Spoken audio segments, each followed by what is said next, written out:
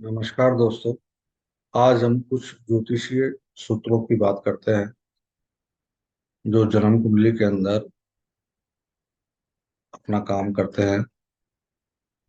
पहला सूत्र है, अगर जन्म कुंडली के अंदर किसी जातक की जन्म कुंडली के अंदर सेकंड हाउस या फिर एट्थ हाउस में शनि मजबूत होकर बैठा हो यानी कि स्ट्रांग होकर बैठा हो, तो ऐसे जातक को 36 साल की उम्र के अंदर धन का नुकसान होता है। और ऐसे जातक को जब वह 19 साल का होता है, 19 साल के आसपास रहता है, तब ऐसे जातक को हेल्थ की प्रॉब्लम भी रहती है। अगला सूत्र है, यदि मंगल फिफ्थ हाउस में हो और शनि 11th हाउस में हो, तो ऐसे जातक को बहुत सारी भाषाओं का ज्ञान होता है। अगला सूत्र है, यदि सूर्य जन्म कुंडली के अंदर 12th हाउस में बैठा हो, तो ऐसे जातक की बॉडी के अंदर एक ब्लैक मार्क होता है जो शरीर के ऊपर के पार्ट में होता है। खासकर ये गले के आसपास देखा जाता है। अगला सूत्र है, यदि राहु सेकंड हाउस में बैठा हो, तो ऐसे जातक को लाइफ में पत्थर से हर्ट होता है। और अगर ये राहु अशुभ प्रभाव में हो, तो ऐसे जातक को बंदूक की गोली से भी हर्ट होना बताया गया है। अगला सूत्र है, यदि शनि और राहु 11th हाउस में हो, तो ऐसे जातक को शनि और राहु की दशा में पैसा बहुत कमाता है ऐसा आदमी। और अगर यह पोजीशन नवमांश में भी हो, तो भी यही रिजल्ट आते हैं। अगला सूत्र है, यदि सिक्स हाउस के अंदर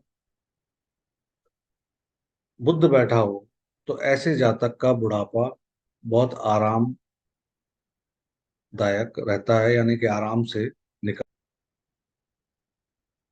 अगला सूत्र है, यदि राहु किसी जातक की कुंडली के अंदर सिक्स हाउस में बैठा हो और वह अशुभ प्रभाव में हो, तो ऐसे जातक के किडनी की प्रॉब्लम हो सकती है। अगला सूत्र है, यदि किसी जातक की कुंडली के अंदर शनि एट्थ हाउस में हो, तो ऐसे जातक के पैरों में या वेन्स में प्रॉब्लम रहती है। और अगर यह शनि अशुभ प्रभाव में हो, तो ऐसे जातक को का एक्सीडेंट होने का भी डर रहता है। अगला सूत्र है, यदि किसी जातक की कुंडली में सेकंड हाउस में राहु प्लस शनि प्लस मंगल बैठा हो और एट्थ हाउस में शुक्र बैठा हो, तो ऐसे जातक को सेक्सुअल प्रॉब्लम, ऑर्गन की प्रॉब्लम हो सकती है। अगला सूत्र है, यदि किसी जातक की कुंडली में एट्थ हाउस में मंगल और शनि बैठे हों, तो ऐसे जातक का जो लाइफ पार्टनर होगा उसकी लाइफ कम रहेगी। अगला सूत्र है, यदि शुक्र 11th हाउस में बैठा हो और नीच का हो यानी कि वर्गों में बैठा हो, और बुध 12th हाउस में बैठा हो यानी कि तुला राशि में बैठा हो, और 7th हाउस अशुभ प्रभाव में हो, तो ऐसे जातक की शादी एक से ज्यादा बार होती है। अगला सूत्र है, यदि कुंडली में सूर्य और चंद्रमा तीसरे भाव में, छठे भाव में, 10वें भाव में या फिर 11वें भाव में बैठे हों, सूर्य और चंद्रमा, तो ऐसे जातक बहुत धनी होता है और प्रॉस्परस होता है। अगला सूत्र है, यदि किसी जातक की कुंडली के अंदर लगन में सूर्य बैठा हो, तो वह 7th हाउस को दिखेगा, जो कि उसके लाइफ पार्टनर के चेहरे को खराब कर सकता है। इसी प्रकार अगर किसी जातक की कुंडली के अंदर सूर्य 10th हाउस में बैठा हो, तो वह 4th हाउस को देखेगा। तो ऐसे जातक को 22 से 23 साल की उम्र के अंदर कैरियर में राइज मिलता है। अगला सूत्र है, थर्ड हाउस या 4th हाउस में चंद्रमा बैठा हो, तो 24 साल की उम्र के अंदर ऐसे जातक को कैरियर में राइज मिलता है। अगला सूत्र है, शुक्र या बुध किसी जातक की कुंडली के अंदर अगर फोर्थ हाउस में बैठा हो, तो ऐसे, और कोई भी अशुभ प्रभाव नहीं हो, तो ऐसे जातक का जो मकान होता है वो बहुत ही बड़ा और आलीशान होता है। अगला सूत्र है, थर्ड हाउस में जितने ज्यादा शक्तिशाली ग्रह बैठेंगे, उतने ही जातक के भाई बहन, छोटे भाई बहन कम होंगे और उसके दोस्त कम होंगे। अगला सूत्र है, अगर बुध फोर्थ हाउस में बैठा हो, तो ऐसा जातक बहुत ही ज्यादा लर्नर्ड पर्सन होता है। अगला सूत्र है, यदि टेंथ हाउस के अंदर केतु बैठा हो, तो ऐसा जातक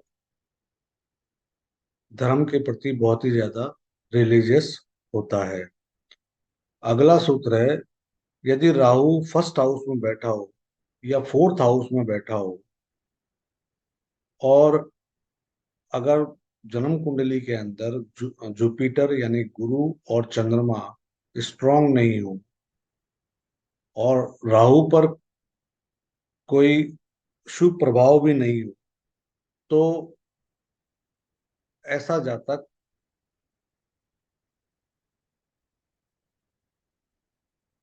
सेल्फिश होता है, बहुत ज्यादा सेल्फिश होता है, और अगर इन पे शुभ प्रभाव हो तो यह प्रभाव कम हो जाता है। अगला सूत्र है, यदि फिफ्थ हाउस में यदि शुक्र और राहु बैठे हो और टेंथ हाउस स्ट्रांग हो, यानी कि फिफ्थ हाउस में तो शुक्र और राहु बैठे हो, और सॉरी, शुक्र और राहु नहीं, गुरु और राहु बैठे हो, और टेंथ हाउस स्ट्रांग हो, और राहु पर कोई अशुभ प्रभाव नहीं हो, तो ऐसा जातक क्राइम से इन्वेस्टिगेशन होने वाली चीजों के अंदर, यानी कि क्राइम इन्वेस्टिगेशन ऑफिसर बन सकता है। इस तरह से मैंने कुछ सूत्र बताए हैं आपको, उनकी चर्चा की है। आशा है आप लोगों को पसंद आए होंगे। धन्यवाद। जय श्री राम।